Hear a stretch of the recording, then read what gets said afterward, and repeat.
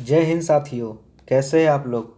उम्मीद है कि अच्छे होंगे और अपनी तैयारी को नया आयाम दे रहे होंगे। तो दोस्तों, जैसा कि आपको पता है कि मैंने कुछ दिन पहले एक इम्पॉर्टेंट अनाउंसमेंट किया था। अनाउंसमेंट इस सिलसिले में था कि काफ़ी दिन से एसआई का सेट जो है कि हम लोग नहीं कर रहे थे। तो दोस्तों, अनाउंसमेंट वो यही था हम लोगों का कि आज 5 तारीख है और 5 तारीख को जो है कि हम लोगों ने अनाउंसमेंट किया था कि आज से रेगुलर सेट आपका एसआई का आएगा। तो दोस्तों, इसी क्रम में जो है कि आज हमने सेट एसआई का लाया है। ठीक है। और उम्मीद करते हैं कि आप इसको लाइक करेंगे, और जो लोग भी इस चैनल पे भी नए हैं वो इसे लाइक करें, सब्सक्राइब करें और अपने दोस्तों के और सेंड करें, शेयर करें, ताकि जो है कि बहुत लोगों को इसका लाभ हो सके। ठीक है दोस्तों, चलिए हम लोग सीधे क्वेश्चन पे चलते हैं। अच्छा, और ये जो है आपका सेट जो है कि प्रीवियस ईयर सेट होता है। ठीक है। जो प्रीवियस ईयर के जो इम्पोर्टेंट क्वेश्चंस हैं उसको मैंने कलेक्ट करके मात्र आपको 25 क्वेश्चंस का सेट बनाया है, और 25 क्वेश्चंस में जो है कि हम लोग डिस्कशन के साथ सेट को कंप्लीट करेंगे। तो चलिए दोस्तों, आगे हम लोग बढ़ते हैं सेट की तरफ, और उम्मीद करते हैं कि आप लोग को ये सेशन बहुत ही अच्छा लगेगा। तो चलिए दोस्तों, पहले नंबर क्वेश्चन पे हम लोग आते हैं। पहला नंबर क्वेश्चन कह रहा है, निम्न में से शरीर में विटामिन बी बनता है। तो ऑप्शन है हमारा यकृत, अमाशय, त्वचा और मस्तिष्क। तो इसका सही आंसर क्या होगा दोस्तों, आप लोग बताइएगा। ऑप्शन नंबर 1 है यकृत, बी है अमाशय, सी है त्वचा और डी है मस्तिष्क। तो इसका सही आंसर क्या होगा, आप लोग आंसर दीजिएगा। ठीक है, कमेंट बॉक्स में। चलिए चलिए दोस्तों, इसका सही आंसर ऑप्शन नंबर सी हो जाएगा, त्वचा। ऑप्शन नंबर सी, त्वचा। ठीक है। त्वचा में जो है कि विटामिन बी बनता है। ठीक है। और त्वचा जो है कि हमारे शरीर की सबसे बड़ी अंग है, सबसे बड़ा ऑर्गन है हमारा त्वचा। ठीक है। त्वचा के अध्ययन को हम लोग डर्मेटोलॉजी कहते हैं, और त्वचा के जो डॉक्टर होते हैं, मतलब जो स्किन डिजीज़ के जो डॉक्टर होते हैं, उससे हम लोग डर्मोलॉजिस्ट कहते हैं। ठीक है। त्वचा के अध्ययन को डर्मेटोलॉजी और उसके डॉक्टर को डर्मेटोलॉजिस्ट कहते हैं। ठीक है। त्वचा में जो है कि मेलानिन नामक पदार्थ पाया जाता है, जो कि हमारे त्वचा का रंग निर्धारण करता है, अर्थात स्किन का रंग कैसा हो, ये मेलानिन नामक जो है कि पदार्थ जो है कि ये डिपेंड करता है। जिसमें जो है कि मेलानिन ज़्यादा होगा वह ब्लैक होंगे, अर्थात वह काले होंगे, और जिसमें मेलानिन की कमी होगी वो उनकी त्वचा जो है कि सफ़ेद होगी, अर्थात गोरी होगी।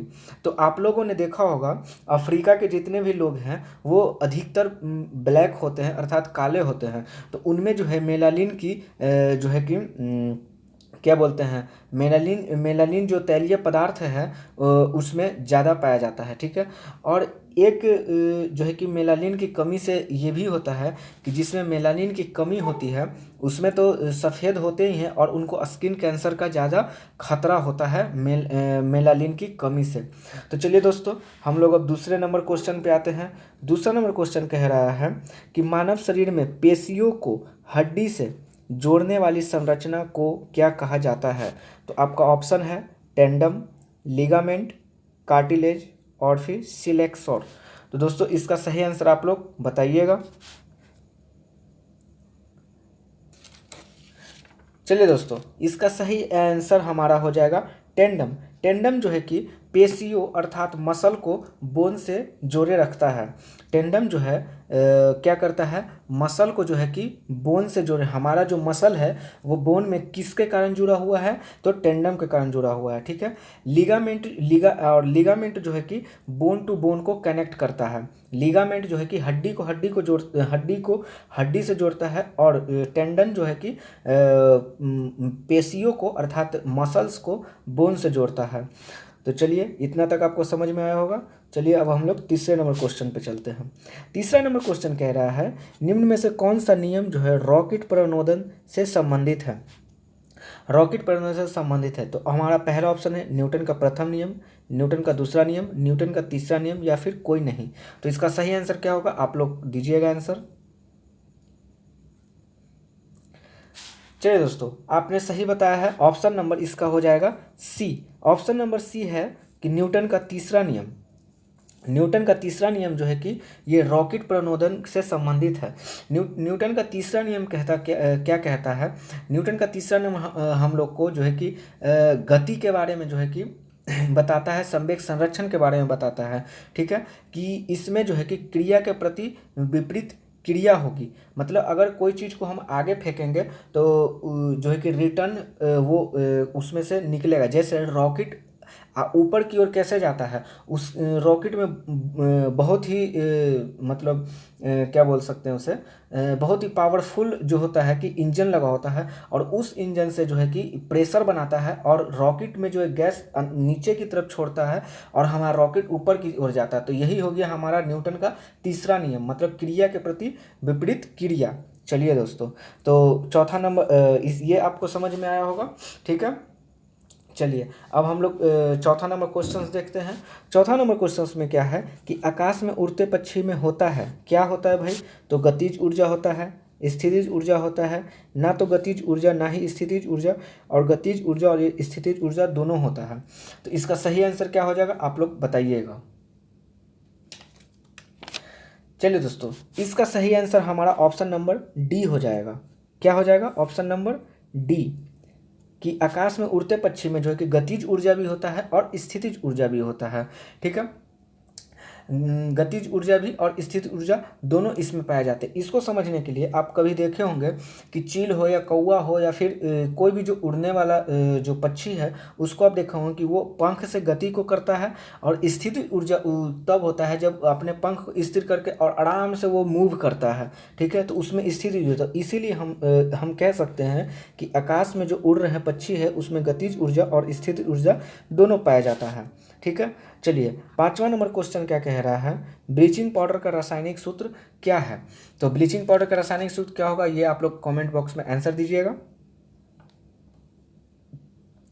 चलिए दोस्तों, इसका सही आंसर हो जाएगा ब्लीचिंग पाउडर का रासायनिक सूत्र, मैं यहाँ पे लिख दे रहा हूँ, उसमें ऑप्शन में दिया हुआ नहीं है, आप लोग को कमेंट करना था। चलिए, इसका सही आंसर हो जाएगा CaOCl2। ये इसका ब्लीचिंग पाउडर का जो है कि रासायनिक सूत्र है। ठीक है, ब्लीचिंग पाउडर का जो व्यापारिक नाम है वो है विरंजक चूर्ण। विरंजक चूर्ण, विरंजक चूर्ण जो है कि ब्लीचिंग पाउडर का रासायनिक नाम है। इसका प्रयोग हम लोग जो देखते हैं कि जो चूने की तरह सफ़ेद होता है, ये मतलब ये ब्लीचिंग पाउडर को हम लोग जो चूना होता है जिससे घर पेंट होता है, उसमें जो है ब्लीचिंग पाउडर की अधिकता होती है। इसका उपयोग जो है कि पानी को जो है कि शुद्ध करने में भी होता है इसका उपयोग। ठीक है, चलिए आगे हम लोग देखते हैं। आगे है प्लास्टर ऑफ पेरिस है। तो प्लास्टर ऑफ पेरिस क्या है ये आपको बताना है, इसका आंसर आप लोग कमेंट बॉक्स में दीजिएगा। ठीक है, मतलब प्लास्टर ऑफ पेरिस का क्या सूत्र होता है ये बताना है। चलिए दोस्तों, आपने सही आंसर दिया है। प्लास्टर ऑफ पेरिस का सूत्र होता है CaSO4 इंटू ½ H2O। मतलब इसमें जो है कि आपका ये प्लास्टर ऑफ पेरिस का ये सूत्र हो गया, इसमें जो है आधा जल होता है प्लास्टर ऑफ पेरिस में। ठीक है, तो ये आपको समझ में आया होगा। चलिए क्वेश्चन नंबर हम लोग 7 में देखते हैं, 7 क्या कहता है। क्वेश्चन नंबर 7 कह रहा है नाबार्ड नाम है, किसका नाबार्ड नाम है, तो व्यापारिक बैंक का नाम है, या फिर वित्तीय संस्थान का नाम है, या तो फिर कृषि की सहायता के लिए विशिष्ट बैंक का नाम है, या तो फिर बिन बैंक वित्तीय संस्थान है। तो ये क्या है, ये आप इसका आंसर दीजिएगा। चलिए दोस्तों, इसका सही आंसर आपने सही दिया है, ऑप्शन नंबर सी हो जाएगा। ये जो है नाबार्ड, ये कृषि के सहायता के लिए विशिष्ट बैंक का काम करता है नाबार्ड। ठीक है, इसकी स्थापना जो है कि 12 जुलाई 1982 में की गई थी। और ये किस सिफारिश पे की गई थी, तो ये इसका सिफारिश शीला रमन जो कमेटी थी, इसके सिफारिश पे जो है कि नाबार्ड को लाया गया। इसके मुख्यालय की अगर हम बात करें तो इसका मुख्यालय आपका मुंबई में पड़ता है। इसका मुख्यालय की अगर बात करें तो इसका मुख्यालय मुंबई में पड़ता है। और ये जो है कि कृषि के क्षेत्र में जो है कि पुनर्वृत्ति सुधार प्रदान का मतलब कृषि के क्षेत्र में अगर किसी तरह की कोई बात होती है तो हम लोग नाबार्ड की तरफ मूव करते हैं। नाबार्ड का फुल फॉर्म होता है NABARD।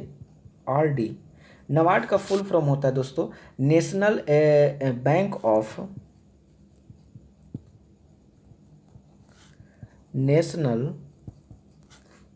Of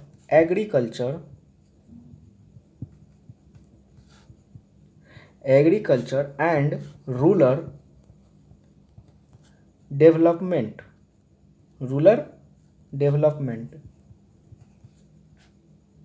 DEVELPMENT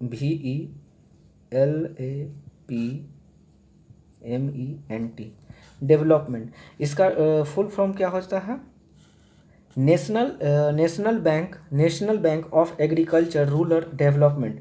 NABARD N से हो गया नेशनल, A से हो गया एग्रीकल्चर, B से हो गया आपका बैंक और नहीं NA से हो गया आपका नेशनल, B से हो गया बैंक, A से हो गया एग्रीकल्चर, R से रूरल और D से डेवलपमेंट। ठीक है दोस्तों, तो चलिए ये इसका सही आंसर हमारा ऑप्शन नंबर C हो गया। ठीक है, चलिए मैं ऐसा फील कर रहा हूँ कि ये क्वेश्चंस आपको जो है कि स्पष्ट दिख नहीं रहा होगा क्योंकि ये बहुत ही छोटा छोटा टाइप हो गया है। ठीक है, तो मैं आगे से कोशिश करूँगा कि इस जो ये छोटा छोटा जो टाइप हो गया है तो इसको मैं और थोड़ा बड़ा करूँगा ताकि आपको सहूलियत हो क्वेश्चंस को देखने में। ठीक है, तो आज आप एडजस्ट कीजिए, कल से जो क्वेश्चन आएगा उसमें आपको स्पष्ट दिखाई देगा। ठीक है, तो चलिए दोस्तों आगे हम लोग आते हैं। आगे क्वेश्चन नंबर 8 कह रहा है कि स्थानीय निकाय अपने लिए राजस्व इकट्ठा करती है। तो जो स्थानीय निकाय है मतलब जो लोकल बॉडी है वो अपने लिए राजस्व इकट्ठा करती है तो कैसे, सेल टैक्स के द्वारा, इनकम टैक्स के द्वारा, या तो फिर हाउस टैक्स के द्वारा, या तो फिर एजुकेशन टैक्स के द्वारा। तो इसका आंसर आप लोग बताइएगा क्या होता है, फिर मैं इसका आपको बताऊंगा। चलिए दोस्तों, आपने सही आंसर दिया है option number C, house tax.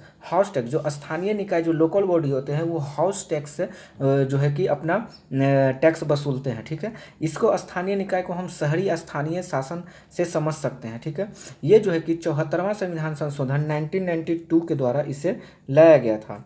कितना, 74वां संविधान संशोधन कॉन्स्टिट्यूशनल अमेंडमेंट के द्वारा 1992 में इसे लाया गया था।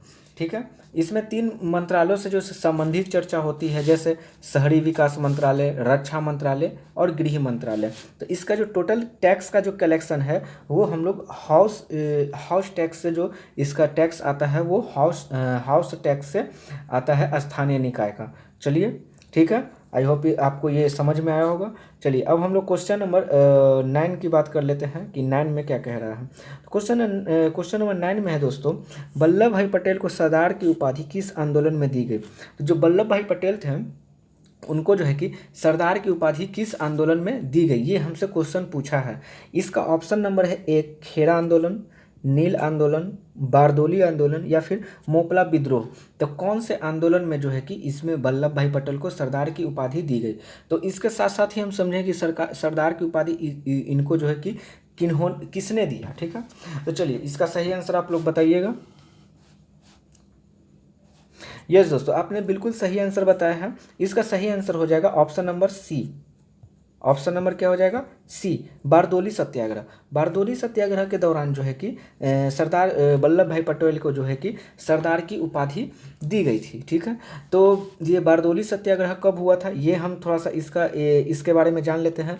तो बारदोली सत्याग्रह जो है कि अक्टूबर 1928 में हुआ था। और बारदोली कहाँ पड़ता है, तो गुजरात में जो है कि बारदोली सत्याग्रह हुआ था। ये विद्रोह जो है कि किसानों के लगान वृद्धि में जो वृद्धि जो हुआ था उसके विरोध में ये जो है कि सरदार वल्लभ भाई पटेल ने ये बारदोली आंदोलन किया था। तो क्वेश्चन आएगा कि क्वेश्चन तो अक्सर ये पूछ चुका है कि बारदोली सत्याग्रह की उपाधि जो है कि किनको मिला था, तो पटेल जी को मिला था। तो कब मिला था ये पूछेगा, या तो फिर मिले मतलब कब मिला था, तो 1928 में ही उनको ये मिल चुका था, ठीक है। और कौन दिया था ये पूछेगा। और तो क्वेश्चन अब नया अगर सोचे एग्जामिनर, तो वो क्वेश्चन आपसे पूछ सकता है कि बारदोली सत्याग्रह जो है किस लिए हुआ था।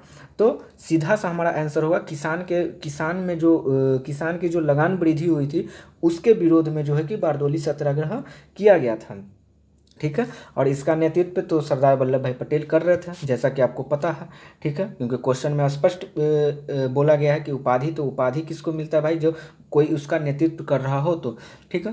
तो इनको जो है कि उपाधि जो है कि बारदोली की वहाँ की जो महिलाएं थी उन्होंने इनको ये उपाधि दिया था, ठीक है। एक्चुअली अगर देखा जाए तो मेंस के मतलब कि व्यू से अगर क्वेश्चन ये आ जाए तो हमें जो है कि इसके बारे में अगर बोला जाए तो ये उपाधि जो है कि इनको गांधी जी ने दिया था। गांधी जी ने जो है कि इनको क्या बोल रहे हैं, सरदार की उपाधि दिया था, ठीक है। तो किसके कहने पे दिया था, तो बारदोली की महिलाओं की ओर से जो है कि गांधी जी ने इनको क्या दिया था, उपाधि दिया था। तो दोस्तों आप एक चीज़ नोट कीजिएगा कि अगर क्वेश्चन ऐसा आएगा कि सरदार वल्लभ भाई पटेल को सरदार की उपाधि किसने दिया, तो उसमें ऑप्शन या तो गांधी रहेगा तो आपको गांधी जी मानना है, या तो ऑप्शन आपका बारदोली की महिला रहेगा, दोनों एक साथ कभी नहीं रहेगा, ये आप नोट कीजिएगा। चलिए क्वेश्चन नंबर हम लोग आ जाते हैं क्वेश्चन नंबर 10 में। क्वेश्चन नंबर 10 कह रहा है भारत में प्रथम समाचार पत्र आरंभ किया था, किसने किया था, तो ये है Dadabhai Naoroji, J.A. Hicky, Lord William वैटिक, रविन्द्रनाथ टैगोर। तो इसका सही आंसर क्या होगा दोस्तों, आप लोग जल्दी से बताइएगा।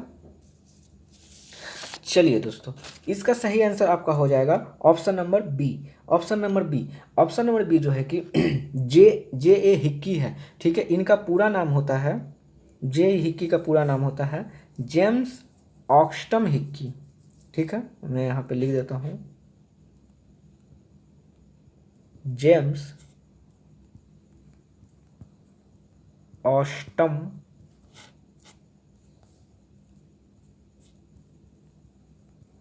हिक्की, जिसको कि हम लोग शॉर्ट में बोलते हैं जे जे हिक्की, ठीक है।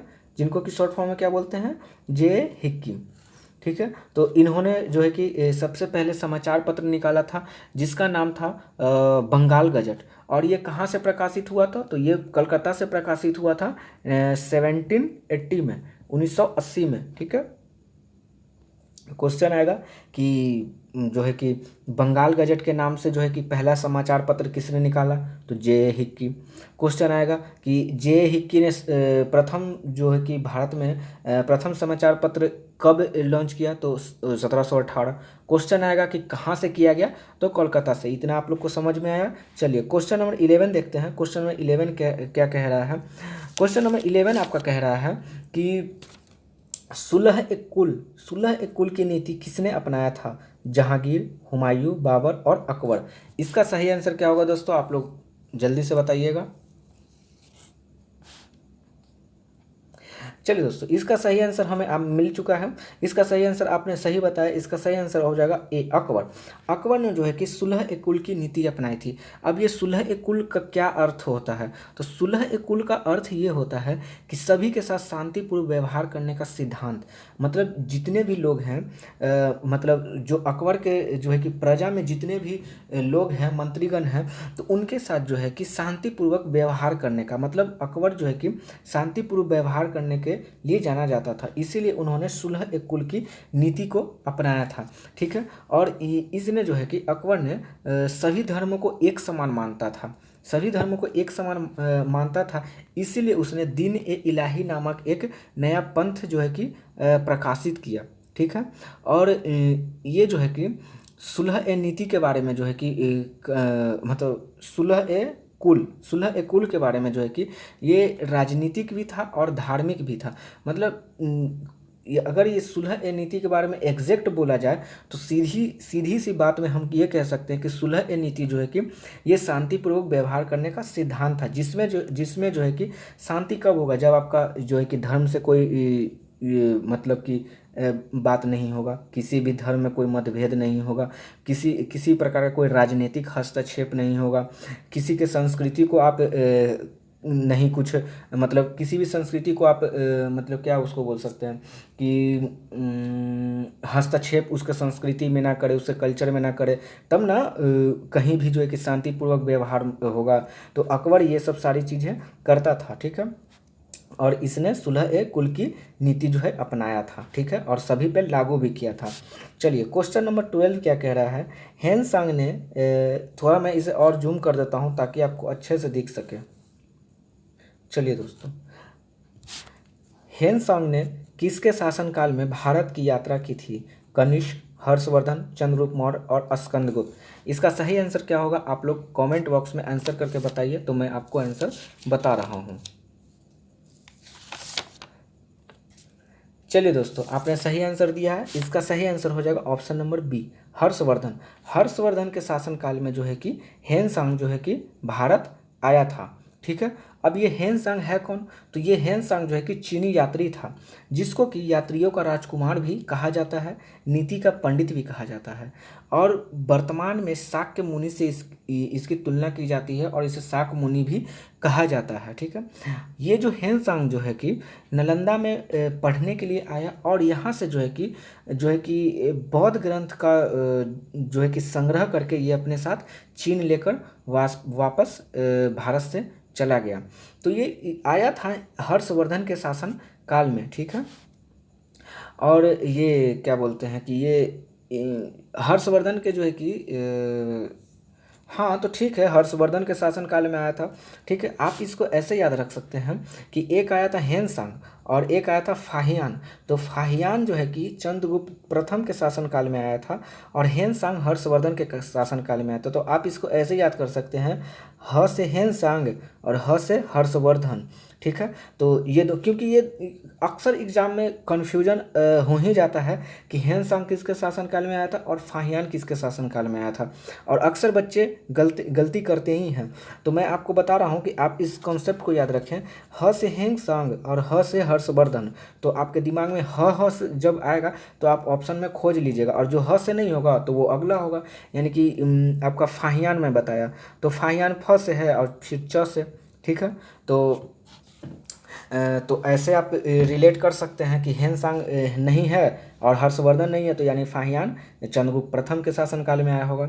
चलिए दोस्तों, आगे हम लोग देखते हैं क्वेश्चन नंबर 13। क्वेश्चन नंबर 13 कह रहा है वज्रयान संप्रदाय है, मतलब ब्रजयान जो संप्रदाय है वो किसका है। बौद्धों का है, जैनों का है, हिंदुओं का है, या फिर कोई नहीं। इसका सही आंसर क्या होगा, इसका सही आंसर आप लोग कमेंट बॉक्स में दीजिए। चलिए दोस्तों, आपने सही आंसर दिया है। इसका सही ऑप्शन क्या हो जाएगा, ऑप्शन नंबर हो जाएगा 1, बौद्ध ग्रंथ। मतलब बौद्ध का जो वज्रयान जो शाखा है वो बौद्ध धर्म की शाखा है, जो कि वज्रयान का जो है कि सर्वाधिक विस्तार जो है कि क्या बोलते हैं 8वीं शताब्दी में हुआ था, ठीक है। और बौद्ध धर्म के आरंभिक ग्रंथों को जो है कि हम लोग त्रिपिटक कहते हैं, जो कि पाली भाषा में रचित है। तो यहाँ जो है कि बौद्ध जो है कि कोई भी रचना इसका पाली भाषा में हुआ, जबकि अगर हम जैन की बात करें तो इसमें जो है कि प्रकृति भाषा में लिखा गया है, ठीक है। चलिए, तो आगे अब क्वेश्चन हम लोग बढ़ते हैं। आगे आगे क्वेश्चन देखिए दोस्तों, आपको ये फील हो रहा होगा कि मैं जो है कि ये अगर बौद्ध धर्म में लिया तो उसके बारे में पूरी जानकारी नहीं दिया, जैन धर्म के बारे में पूरी जानकारी नहीं दिया। तो दोस्तों ऐसा है कि अगर बौद्ध और जैन ये सेट छोड़कर पढ़ाने लगूँ तो काफ़ी मुश्किल हो जाएगा। मुश्किल इस सेंस में हो जाएगा क्योंकि बौद्ध अगर पढ़ाने अगर बैठे तो मोटा मोटी आप जान लीजिए कि 1 घंटा से ज़्यादा का समय लगेगा, ठीक है। और जैन में भी मोटा मोटी 1 घंटे का। तो दोस्तों ना आपके पास उतना टाइम है और ना मेरे पास उतना टाइम है, ठीक है। ये जो है कि इसका सॉल्यूशन मैं ये कर सकता हूँ कि मैं जो है कि एक नया बैच लॉन्च करूँगा, तब आपका ये जो है कि कॉन्सेप्ट क्लियर हो जाएगा। लेकिन अभी के लिए आप इतना ही समझिए कि ये ब्रजयान जो है संप्रदाय बौद्ध धर्म का है। और दोस्तों आपको याद होगा कि आज 5 तारीख है और 5 तारीख को आपको रात का 9 बजे जो है कि खाना पीना खा के आप लोग आराम से बैठ जाइएगा, क्योंकि 9 बजे से मैं आपके लिए लेकर आ रहा हूँ मॉडर्न हिस्ट्री का बैच, जो कि आज से ही इसका स्टार्टिंग है, ठीक है। और क्या बोलते हैं, और 4 तारीख को जो है कि मैंने 4/4/2021 को मैंने मॉडर्न हिस्ट्री में क्या क्या पढ़ना है उसके बारे में एक विस्तृत क्या बोला है कि सिलेबस दिया है, विस्तृत सिलेबस दिया है, जिससे आपको ये पता चल सके कि हमें क्या पढ़ना है और क्या छोड़ना है। तो चलिए दोस्तों, इसकी चर्चा मैं उस वीडियो में किया हूँ। आप वीडियो नहीं देखे हैं तो आप उस वीडियो को जाकर देख लें। मैं आई बॉक्स में इसका जो है कि लिंक दे दूँगा, ठीक है, और डिस्क्रिप्शन में भी इसका लिंक रहेगा। चलिए दोस्तों, क्योंकि हम लोग को अभी क्वेश्चन करना है तो हम लोग सीधा क्वेश्चंस पे आते हैं। चलिए, क्वेश्चन नंबर 14 क्या कह रहा है? प्राचीन राज्य अवंती की राजधानी थी शक्तिनगर, कुशावती, उज्जैन और वैशाली। तो आप लोग इसका सही आंसर दीजिएगा। चलिए दोस्तों, इसका सही आंसर आप लोगों ने सही दिया है। इसका सही आंसर हो जाएगा उज्जैन। उज्जैन जो है अवंती की राजधानी हम लोग उज्जैन को कहते हैं, ठीक है। अवंती की राजधानी कहाँ है? उज्जैन। अगर हम शक्तिमती की बात करते हैं तो शक्तिमती की राजधानी है छेदी, ठीक है। कौशंबी की बात करें तो इसकी राजधानी है वत्स, ठीक है। वैशाली की बात करें तो इसकी राजधानी है वजिज, ठीक है। चलिए, और ये महाजनपद की ये सारी राजधानी है, ठीक है। मैं क्लास लूँगा तो ये सब सारे कुछ आपको याद करवा दूंगा, ठीक है। आपको ज़रा भी टेंशन लेने की आवश्यकता नहीं है। चलिए, क्वेश्चन नंबर 15 में हम लोग आते हैं। क्वेश्चन नंबर 15 कह रहा है कपास के लिए कौन सी मिट्टी उपयुक्त होती है, मतलब कौन सी मिट्टी अच्छी होती है कपास के कॉटन के खेती के लिए? लेटेराइट मिट्टी, काली मिट्टी, लाल मिट्टी या फिर सभी मिट्टी? जो ये तीनों मिट्टी है ये सभी। तो इसका आंसर आप लोग कमेंट बॉक्स में दीजिएगा। चलिए दोस्तों, आपने सही आंसर दिया है। इसका सही आंसर हो जाएगा काली मिट्टी। काली मिट्टी जो है कि कपास के खेती के लिए काफ़ी उपयुक्त होती है, ठीक है, क्योंकि काली मिट्टी को हम रेंगुर मिट्टी और लावा मिट्टी भी कहते हैं, क्योंकि ये ज्वालामुखी के जो है कि फटने से लावा में जो बहुत सारे केमिकल वगैरह पाए जाते हैं, जिससे कि मिट्टी में उर्वरकता जो है कि बनी रहती है, ठीक है। और ये काली मिट्टी जो है कि कहाँ पाई जाती है? तो ज़्यादातर ये इसका क्षेत्र जो है महाराष्ट्र में है, और लेकिन इसका विस्तार है आपका कर्नाटक, MP, राजस्थान, गुजरात, ये सब में इसका विस्तार है, ठीक है। काली मिट्टी, ठीक है। काली मिट्टी को आप ऐसे भी पहचान सकते हैं कि आप देखे होंगे कभी गर्मी के दिन में या तो फिर बरसात के दिन में। गर्मी के दिन में आपने देखा होगा कि जो मिट्टी होती है, तो अगर मैं ऐसा अगर मिट्टी बना रहा हूँ तो इसके बगल बगल में जो है कि एक आपका दरार महसूस होता होगा। आपने कभी देखा ही होगा, ज़रूर देखा होगा, नहीं देखने का कोई बात ही नहीं है, क्योंकि हम लोग सभी लोग जो है कि किसान परिवार से बिलोंग करते हैं, और हम लोगों के जो है कि जहन में मिट्टी ना देखे हो, ये सब मिट्टी ना देखो, ऐसा हो ही नहीं सकता, क्योंकि हम लोग मिट्टी में ही पले हैं और मिट्टी में ही हम लोग को मिलना भी है। तो हम लोग ज़रूर देखे होंगे, और आप देखे होंगे कि ये जो यही दरार में जो है कि गर्मी के दिन में जब काफ़ी गर्मी होती है तो मिट्टी में दरार हो जाती है, और इसी दरार में जब बरसात का पानी जाता है तो इससे उर्वरकता बनाता है, और अंदर से आपका तो ये उर्वरक हो ही रहा है, और ये बरसात के दिन में काफ़ी जो है कि चिपचिपी हो जाती है, ठीक है। तो ये इसका आप मिट्टी को आप लोग देखिएगा, काली मिट्टी को, तो आपको पता चल जाएगा कि मैं क्या बोल रहा हूँ, ठीक है। चलिए, हम लोग क्वेश्चन नंबर 16 में आ जाते हैं। क्वेश्चन नंबर 16 कह रहा है शिवालिक की पहाड़ी किस राज्य में स्थित है? हिमाचल प्रदेश, गुजरात, महाराष्ट्र या आंध्र प्रदेश? इसका सही आंसर क्या है? आप लोग दीजिए आंसर। चलिए दोस्तों, इसका सही आंसर आपने सही दिया है। इसका सही आंसर ऑप्शन नंबर 1 हो जाएगा, हिमाचल प्रदेश। जो शिवालिक की पहाड़ियाँ हैं वो हिमाचल प्रदेश में है। अब देखिए, अब ये शिवालिक का यहाँ बात आ गया, तो अब ये कॉन्सेप्ट जो है कि ये तो आप लोग समझ ही रहे हो कि ये ज्योग्राफी का चैप्टर है और इंडियन ज्योग्राफी का चैप्टर है। अब शिवालिक के बारे में बताया जाए तो एक समझिए कि ये टॉपिक ही है, पहाड़ी एक टॉपिक है, लेकिन मैं आपको संक्षिप्त में कुछ थोड़ा सा बता दे रहा हूँ इधर। चलिए देखिए, ये अगर हिमालय है तो आपको पता है कि हिमालय जो है कि पश्चिम में जो है कि ज़्यादा विस्तृत है, और जो है कि पूरब में जो है कि ये सकरा होते गया है, मतलब कि कम होते गया है, ठीक है। तो इसमें हिमालय में 3 श्रेणियाँ होती है। हिमालय में कितनी श्रेणियाँ होती है? 3 श्रेणियाँ। तो पहले श्रेणी को हम लोग जो कि ट्रांस हिमालय कहते हैं। ट्रांस हिमालय जो कि हिमालय से भी पहले का ये जो है कि ट्रांस हिमालय, जिसको हम लोग तेथिस सागर से जो है कि ट्रांस हिमालय का निर्माण हुआ है, ठीक है। तो ये ट्रांस हिमालय हो गया। तो ये आपका है इधर साइड, मतलब आपका जम्मू कश्मीर और लद्दाख के एरिया में जो कि ट्रांस हिमालय फैला हुआ है, ठीक है। फिर उसके बाद ये आता है आपका बृहद हिमालय, ठीक है। क्या आता है? बृहद हिमालय। एक मिनट दोस्तों, मैं कलर चेंज कर ले रहा हूँ। ये जो है आपका, ये बृहद हिमालय है, ठीक है। और अगर हम इसकी बात करें, ये आपका जो है कि क्या है, लघु हिमालय, जिसे हम मध्य हिमालय भी कहते हैं। और ये रहा आपका शिवालिक, ये रहा आपका शिवालिक हिमालय। तो यही हमसे क्वेश्चन कहा रहा था, क्वेश्चन हमारा क्या कह रहा था कि जो कि शिवालिक हिमालय किस राज्य से में स्थित है। तो ये जो है कि शिवालिक हिमालय जो है कि हमारा कहाँ है, हिमाचल प्रदेश में जो है कि इसका अधिकतर विस्तार देखा जाता है हिमाचल प्रदेश में, ठीक है। तो और हिमाचल प्रदेश अब अगर मैप के थ्रू देखेंगे तो इधर हिमाचल प्रदेश पड़ता है, ठीक है। तो चलिए ये रहा। अब इसको अच्छे से समझने के लिए एक जो है कि टॉपिक बना कर मैं कोशिश करूँगा कि ये सब छोटे छोटे, जो छोटे तो नहीं इसको कह सकते, अक्सर एग्जाम में इससे क्वेश्चन आया करता है, ठीक है। तो मैं कोशिश करूँगा कि इसको जो है कि सॉल्व किया जाए, ठीक है, इस प्रॉब्लम को। क्योंकि ये एक नया बैच लाकर इसको आप लोग को बताया जाए कि क्या और कैसे शिवालिक हिमालय है, मध्य हिमालय है, क्या तैथिस सागर होता है, क्या ट्रांस हिमालय है। ट्रांस हिमालय में भी अगर हम अगर बात करें तो 3 तरह से होता है, काराकोरम, लद्दाख, जास्कर होता है। बृहद हिमालय में भी बहुत सारी बात होती है, कहाँ से कहाँ तक फैला हुआ है बृहद हिमालय, और ट्रांस हिमालय का कौन सा जोन अलग करता है। ये सब सारी बातें हैं जो कि इसमें संभव नहीं है, ठीक है, सेट में। चलिए हम लोग क्वेश्चन नंबर सीधा आते हैं कितना में, 17 में। क्वेश्चन नंबर 17 हमारा कह रहा है, किन दो नदियों, अच्छा किसी दो नदियों अरब सागर में गिरती है। अरे सॉरी यार, मैं गलत पढ़ रहा हूँ। कौन सी दो नदियाँ जो है कि अरब सागर में गिरती है।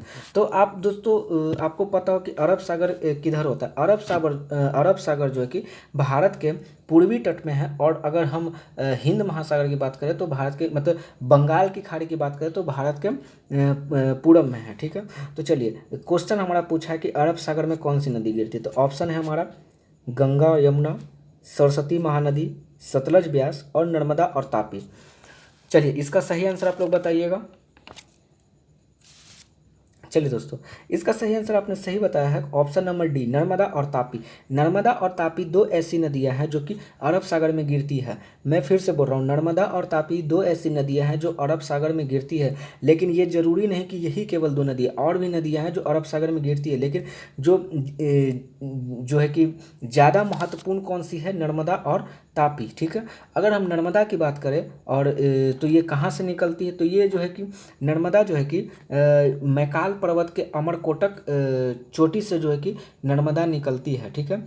और ये जो है प्रायद्वीपीय भारत की सबसे लंबी नदी होती है, मतलब सबसे बड़ी लंबी होती है। अगर प्रायद्वीपीय भारत की क्वेश्चन में आपसे क्वेश्चन आए कि प्रायद्वीपीय भारत की सबसे लंबी नदी कौन सी है, तो हमारा नर्मदा हो जाएगा, ठीक है। और तापी भी जो है कि इसी में गिरती है। और ये दोनों नदियाँ जो है कि डेल्टा नहीं बनाती है, ठीक है। अब डेल्टा क्या होता है, तो ये एक अलग ही टॉपिक है, लेकिन मैं आपको थोड़ा सा समझा दे रहा हूँ। डेल्टा जो है कि एक ऐसे त्रिभुज टाइप का ये बनता है, ठीक है।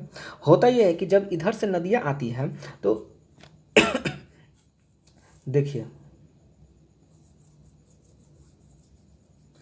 इधर से जब नदियाँ आती हैं तो इसको जाने का रास्ता नहीं मिलता है। तो यहीं पे जो है कि अपना जो जितना भी मतलब कि पहाड़ पे से बकोट बकोट के जो उसकी सारे खाद कीचड़ कंकड़ वगैरह जो जो लाती है, तो यहीं पे क्योंकि इसको ढाल मिल नहीं पाता, तो यहीं पे जो है कि ये सब सारे चीज़ें छोड़ देती है और यहीं पे जो है कि डेल्टा का निर्माण हो जाता है, ठीक है। और सबसे बड़ा जो है कि भारत का सबसे, अगर दुनिया की बात करें तो सबसे बड़ा डेल्टा कौन सा है, सुंदरबन का डेल्टा, जो कि हमारा वेस्ट बंगाल में है, ठीक है। और तो हाँ, तो हम लोग कहाँ थे, तो नर्मदा और तापी डेल्टा नहीं बनाती, एक्सचुरी बनाती है, ठीक है। तो डेल्टा क्यों नहीं बनाती, क्योंकि ये काफ़ी ऊंचे जो है कि पहाड़ पे से गिरती है और इसका प्रेशर इतना होता है कि ये सीधा जाके अरब सागर में ही गिरती है। ये मतलब कि धीरे धीरे आराम से पहाड़ी ढाल से होते नहीं जाती। अगर ये मतलब अगर मैं बात करूँ कि यहाँ से सीधा सीधा अगर नीचे यहाँ पे गिरना है तो यहाँ पे कुछ नहीं है, तो बस ऐसे नदियाँ आई और ऐसे गिर गई, ठीक है। तो यहाँ पे डेल्टा बनाना संभव है नहीं, क्योंकि जितना भी ये अपने साथ खाद वगैरह ये सब लाई है, ये डायरेक्ट नदी में गिरा देती है, ठीक है। तो इसको जो है कि ढाल की ज़रूरत नहीं होती है। चलिए आगे क्वेश्चन हम लोग देखते हैं। क्वेश्चन नंबर 18 क्या कह रहा है, खमसिन खमसिन जो है कि निम्नलिखित में से किस देश की स्थानीय पवन है। तो खमसिन जो है किस देश के स्थानीय पवन है, देखते हैं। अर्जेंटीना, ट्यूनीसिया, मिस्र और लीबिया। तो इसका सही आंसर क्या हो जाएगा, आप लोग बताइएगा। चलिए दोस्तों, इसका सही आंसर आपका हो जाएगा ऑप्शन नंबर क्या, ऑप्शन नंबर हो जाएगा यहाँ पे सी, मिस्र। मिस्र में जो है कि खमसिन की जो है कि ये स्थानीय पवन है, ठीक है। खमसिन जो है कि स्थानीय पवन है कहाँ की, मिस्र की, ठीक है। और मिस्र में तो और ऐसा कुछ है नहीं, ठीक है। अब देख लेते हैं ये अर्जेंटीना में कौन सी है। तो अर्जेंटीना में आपका मिस्र में खमसिन हो गई, ट्यूनिसिया हो गई चिली की, ठीक है। और आपका लीबिया में हो गया कौन सा, गिबली जो हो गया। और अर्जेंटीना में जो है कि एंडीज पर्वत के पूर्वी ढालों पे चलने वाली गर्म सूखा हवा को हम लोग जेंडा कहते हैं, जेंडा। तो ये अर्जेंटीना केवल अलग हो गया, जेंडा। और बाकी मिस्र, ट्यूनीसिया और लीबिया में जो है कि ये सब स्थानीय पवन चलती है, ठीक है। चलिए क्वेश्चन नंबर 19 देखते हैं। किस शहर को गुलाबी शहर के नाम से जाना जाता है। तो दोस्तों ये बहुत ही हल्का क्वेश्चन है, आपको पता होगा। इसका सही आंसर क्या हो जाएगा, जयपुर, ठीक है। चलिए क्वेश्चन नंबर हम लोग आते हैं 20 में। क्वेश्चन नंबर 20 कह रहा है, सेबी का मुख्यालय कहाँ है। सेबी का मुख्यालय कहाँ है। तो दिल्ली है, मुंबई है, कोलकाता है, पुणे है। तो इसका सही आंसर आप लोग को बताना है कि इसका मुख्यालय कहाँ है। तो चलिए दोस्तों, सेबी का मुख्यालय है आपका ऑप्शन नंबर बी, मुंबई में। मुंबई में सेबी की बात करें तो सेबी का फुल फॉर्म क्या होता है, security exchange board of India. क्या होता है, लिख दूँ मैं यहाँ पे, चलो मैं लिख देता हूँ, security exchange BOARD board of India, board of India इसका जो है कि फुल फॉर्म होता है। और इसका हेडक्वार्टर हमारा कहाँ है, इसका हेडक्वार्टर हमारा मुंबई में है, ठीक है। चलिए क्वेश्चन नंबर 21 में आते हैं। संतोष ट्रॉफी किस खेल से संबंधित है। फुटबॉल, क्रिकेट, पोलो, टेबल। टेबल टेनिस होगा यहाँ पे, ये टाइपिंग मिस्टेक हो गया है। चलिए आप लोग थोड़ा मैनेज कीजिएगा। चलिए भाई, तो इसका आंसर आपका हो जाएगा फुटबॉल। संतोष ट्रॉफी जो है कि फुटबॉल से संबंधित है, ठीक है। क्वेश्चन नंबर 22 कह रहा है, संयुक्त राष्ट्र दिवस मनाया जाता है कब। 24 अक्टूबर, 24 नवंबर, 10 दिसंबर और या फिर 23 दिसंबर। इसका सही आंसर क्या है, आप लोग कमेंट बॉक्स में आंसर दे दीजिए जल्दी से। चलिए आंसर आ गया, इसका सही आंसर है ऑप्शन नंबर ए, 24 अक्टूबर। 24 अक्टूबर को जो है कि संयुक्त राष्ट्र दिवस मनाया जाता है। इसके अगर हेडक्वार्टर की मैं बात करूं तो इसका हेडक्वार्टर जो है कि न्यूयॉर्क में है। कहाँ है, न्यूयॉर्क। न्यूयॉर्क कहाँ है, USA में, ठीक है। USA United state of America में जो है कि न्यूयॉर्क आता है। और न्यूयॉर्क में जो है कि संयुक्त राष्ट्र का हेडक्वार्टर है, जिसकी स्थापना 24 अक्टूबर 1945 को की गई है, ठीक है। और इसकी जो है कि अगर हम ऑफिशियल लैंग्वेज की बात करें तो मतलब इसमें अंग्रेजी और फ्रेंच जो है कि ऑफिशियल लैंग्वेज है। इसके अलावे जो है कि 4 लैंग्वेज है, जो कि है आपका चीनी है, रसियन है, रसियन है, स्पेनिश है और एक है अरबी, ठीक है। ये आपका ऑफिशियल लैंग्वेज है, लेकिन कार्य करने का जो लैंग्वेज है वो है हमारा फ्रेंच और अंग्रेजी, ठीक है। चलिए तो क्वेश्चन नंबर हम लोग कौन सा है, अब क्वेश्चन नंबर 23। क्वेश्चन नंबर 23 में आते हैं, भारत में चुनाव की सबसे छोटी इकाई क्या है। ग्राम पंचायत है, विधानसभा है, लोकसभा है या फिर राज्यसभा है। इसका सही आंसर आप लोग दीजिएगा। चलिए दोस्तों, इसका सही आंसर हो जाएगा हमारा ग्राम पंचायत। ग्राम पंचायत जो है कि चुनाव कराने की सबसे छोटी इकाई होती है, ठीक है। अब ग्राम पंचायत का अगर हम बात करें तो ये भाग 4 में अनुच्छेद 40 में है, पार्ट 4 आर्टिकल 40 में इसकी बात कही गई है, ठीक है, ग्राम पंचायत के बारे में, ठीक है। चलिए क्वेश्चन नंबर 25, अच्छा क्वेश्चन 24, पंचायती राज का सबसे मुख्य भाग क्या है? उच्च न्यायालय, केंद्र सरकार, राज्य सरकार और फिर ग्राम सभा। तो इसका आंसर क्या हो जाएगा? चलिए इसका सही आंसर हो जाएगा हमारा option number D. Option number D हो जाएगा ग्राम सभा। ग्राम सभा जो है कि ये पंचायती राज का सबसे मुख्य भाग होता है, ठीक है। क्वेश्चन नंबर 25 क्या कह रहा है? भारत के प्रधानमंत्री, अच्छा भारत के प्रधानमंत्री जो है कि लोकसभा द्वारा निर्वाचित किया जाता है, राष्ट्रपति द्वारा निर्वाचित किया जाता है, राष्ट्रपति द्वारा नियुक्त किया जाता है, लोकसभा के में बहुमत दल द्वारा मनोनीत किया जाता है। तो इसका सही आंसर क्या हो जाएगा दोस्तों?